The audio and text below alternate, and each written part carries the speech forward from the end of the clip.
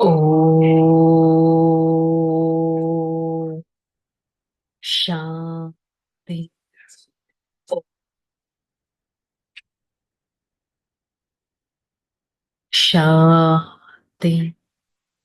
ఓం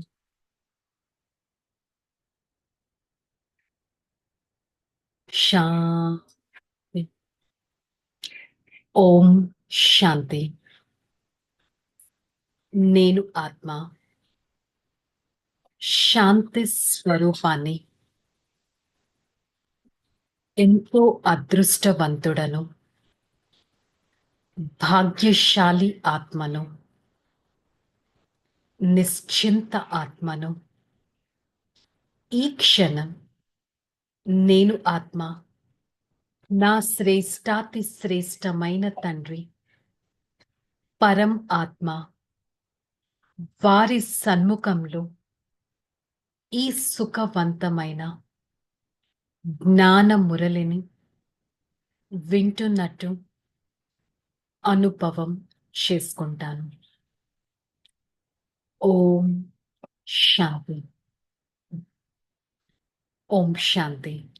मुरली date 11/3/2025।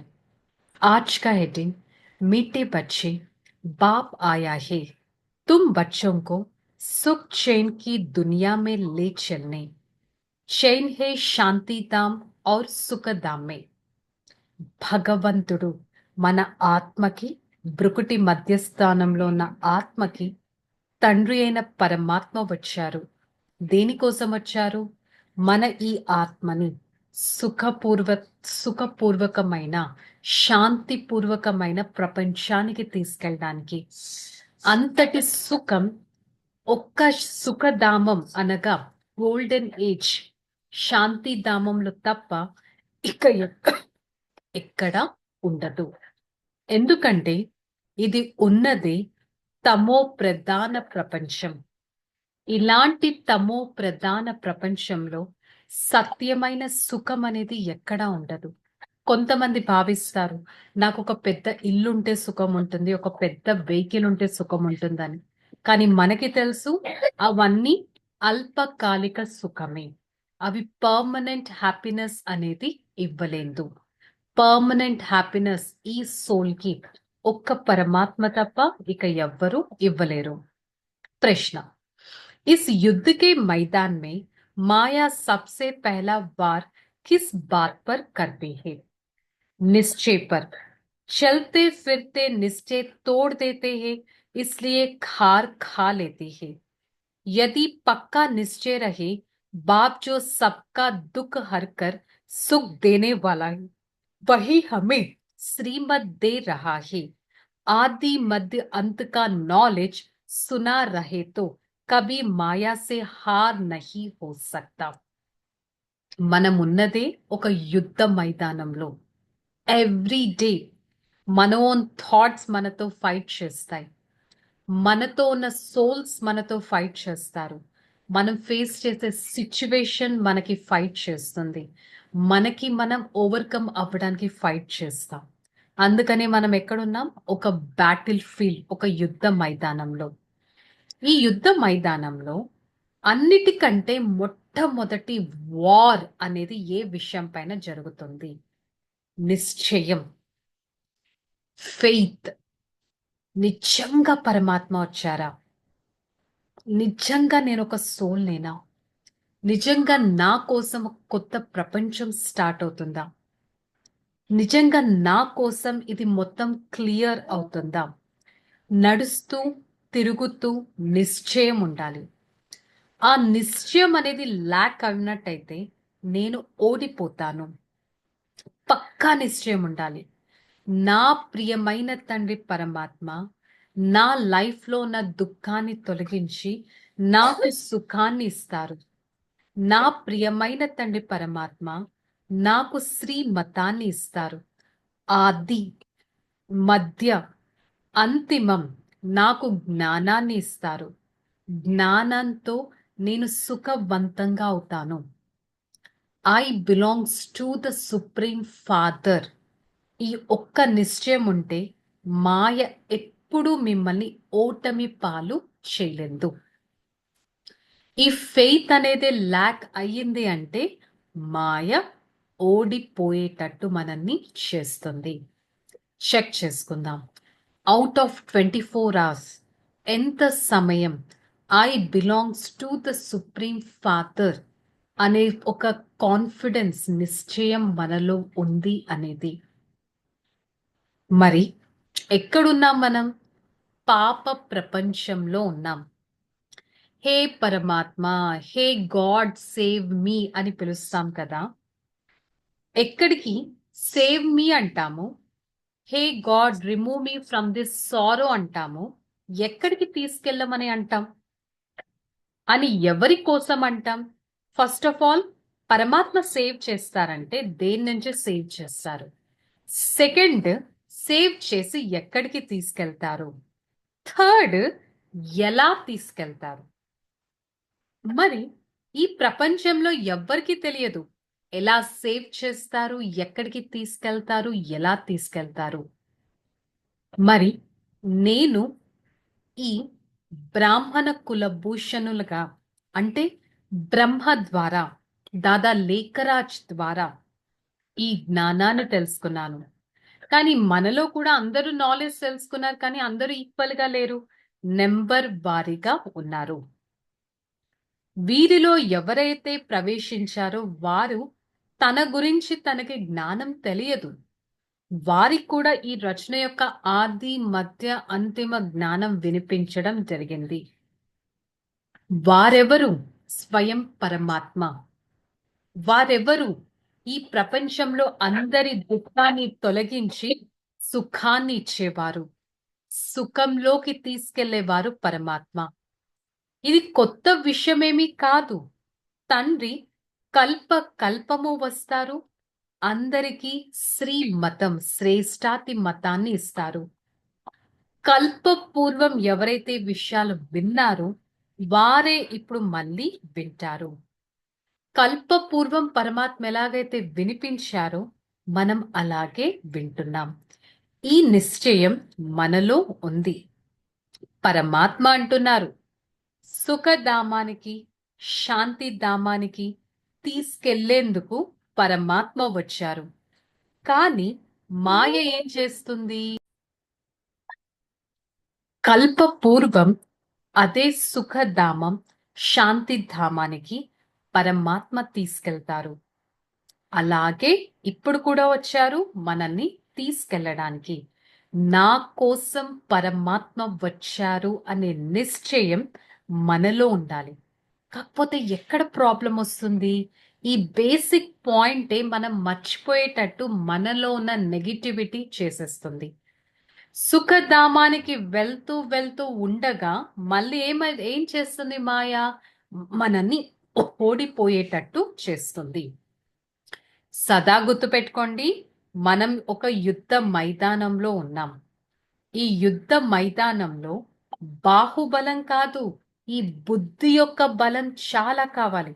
ఈ బుద్ధిని ఎక్కడ కనెక్ట్ చేస్తున్నాను, ఈ బుద్ధిని ఎలా పెడుతున్నాను, ఈ బుద్ధిని యోగంతో, మెడిటేషన్ పవర్తో నింపుతున్నానా అనేది చెక్ చేసుకోవాలి. యోగం అనే అగ్నిలో నాలో ఉన్న నెగిటివిటీని అంతా సమాప్తం చేసుకోవాలి. తండ్రి ఏ విధంగా వచ్చి యోగాన్ని నేర్పిస్తారో ప్రపంచం వారికి తెలియదు. వారు యోగం అంటే ఆ ప్రాచీన యాన్సిస్ట్రల్ యోగా, మెడిటేషన్ అని వారంటారు. ఒక పక్క అది చేస్తారు, ఒక పక్క ఓ పద్ధతి రండి అని పిలుస్తూ ఉంటారు.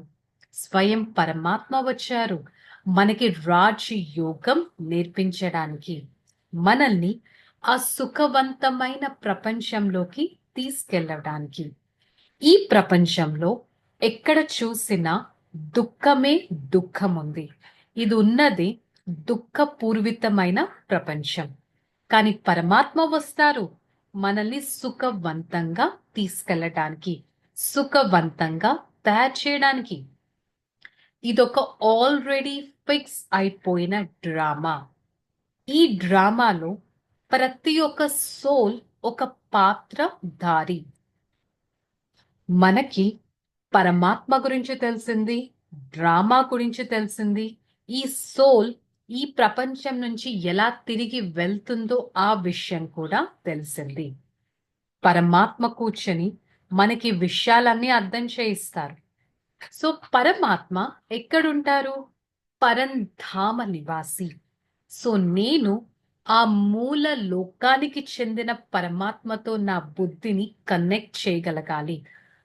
యాక్చువల్లీ మనం తెలుసుకుంటే మనలో ఉన్న నెగిటివిటీ రావణుడు మనని ఇంప్యూర్ గా చేసేశారు. పరమాత్మ వచ్చారు మనల్ని ప్యూర్ గా సతో ప్రధానంగా చేయడానికి. బాబా ఎక్కడైతే ప్రశాంతత ఉంటుందో మమ్మల్ని అక్కడికి తీసుకెళ్ళండి అని అందరూ పరమాత్మని అడుగుతారు.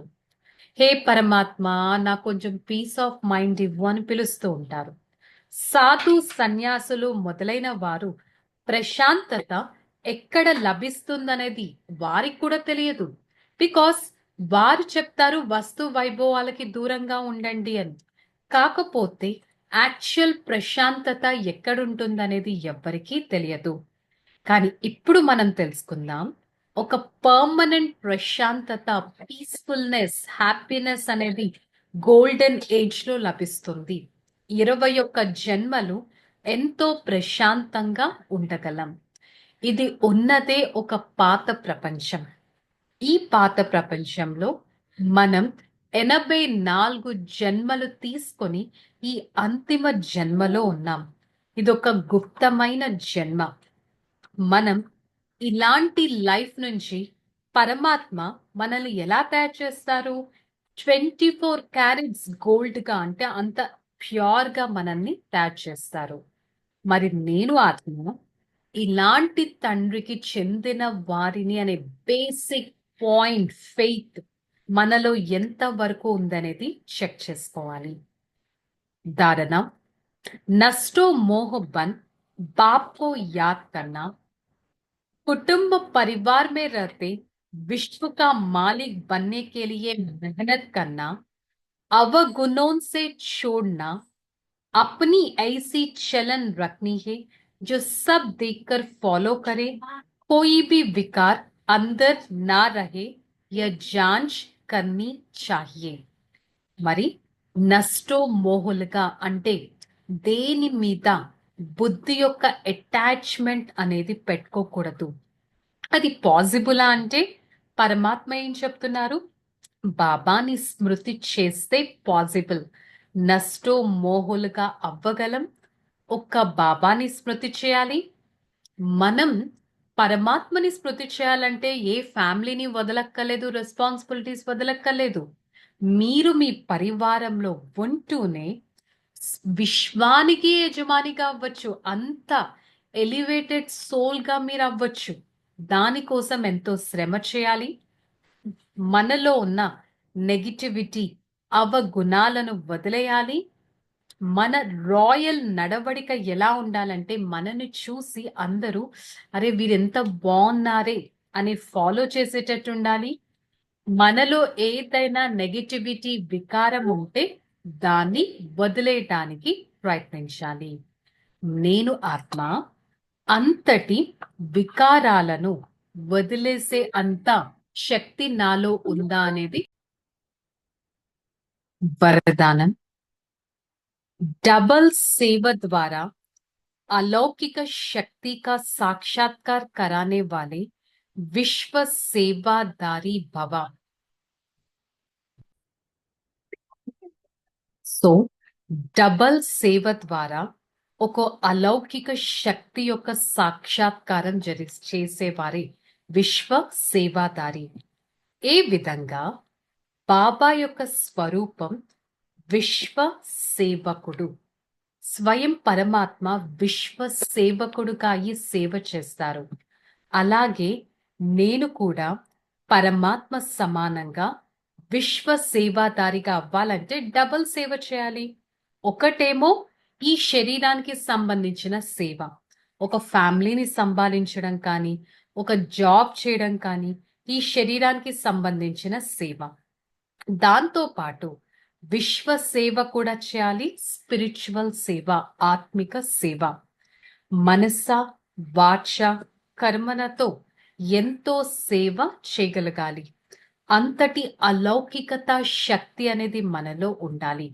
దీనికోసం నేను డబల్ సేవాదారిని అనే ఒక నిశ్చయం నాలో ఉండాలి. అంతటి అభ్యాసం నాకు న్యాచురల్ గా అనిపించాలి. దీనికోసం మనస్స ఏకాగ్రత ఎంతో అవసరం. మనస్స ఏకాగ్రత ఎంతో అవసరం. స్లోగన్ सर्वप्रति गुणग्राहक बनो लेकिन ఫాలో బ్రహ్మ బాబాకు కరో. ప్రతి ఒక్కరిలో ఉన్న ఏదో ఒక మంచితనాన్ని గ్రహించగలగాలి. కాకపోతే బ్రహ్మ బాబా లైఫ్ మనకి తెలుసు కదా, వారిని ఫాలో చేయగలగాలి. రోజంతటిలో ఎంతో మందిని కలుస్తాం. ప్రతి ఒక్కరిలో ఉన్న పాజిటివిటీని నేను గ్రహించగలగాలి. ఓకే, మరి ఈరోజు మురళి యొక్క హోంవర్క్ ఏంటి? స్వయం పరమాత్మ నన్ను విశ్వ సేవ కోసం నన్ను ఎంచుకున్నారు. నేను డబల్ సేవాదారి ఆత్మను అనే స్థితిలో ఉండటానికి ప్రయత్నిద్దాం. I am a double serviceable child of the Supreme Father. Okay, chalo. Relax. Om Shanti. నేను ఆత్మ విశ్వ సేవాదారిని, విశ్వాన్ని పరివర్తన చేసేవారిని, విశ్వ నవ నిర్మాణాన్ని చేసేవారిని, డబల్ సేవాదారి ఆత్మను. నేను ఆత్మ ఎవరి సంపర్కంలోకి వచ్చినా సేవనే చేస్తాను. ప్రతి ఒక్కరిని సేవా మార్గంలో నడిపిస్తాను. నేను సతోగుణి ఆత్మను, సంతుష్ట ఆత్మను, సదా పరమాత్మ సేవలో ఉండేవారిని. ఒక్క క్షణం నా సేవా రెస్పాన్సిబిలిటీని చెక్ చేసుకుంటాను. స్వసేవ చేసుకోవాలి. నా పరివారపు సేవను చేసుకోవాలి. నేను ఆత్మ సదా డబల్ సేవను చేస్తూ స్థిరమైన యోగ్యవంతమైన ఆత్మగా ఉంటాను. శాంతపూర్వ స్థితిలో స్థితి అవుతాను. I, the soul, belongs to the Supreme Father. I am the God's serviceable child. I experience utmost satisfaction from my Father. For the next few seconds, I try to be at my serviceable stage and try to experience unlimited detachment from the Supreme Father. I experience the complete detachment which makes me to come close to my Father. Such a closeness helps me to become an elevated being. I spread the power from my Father towards my family members. Every person at my family experience the peacefulness of my connectivity, and everyone tries to follow my path. Hey, Father, thank you so much for showing me the path of spirituality, the path of connectivity, and the path of peacefulness. I try to follow the path of the Supreme Father and experience an highest inheritance. Om Shanti, Shanti, Shanti. I, the soul, experience the highest peacefulness from the Supreme Father. Spread such power to every part of this body and experience my own happy stage all the time. Om Shanti.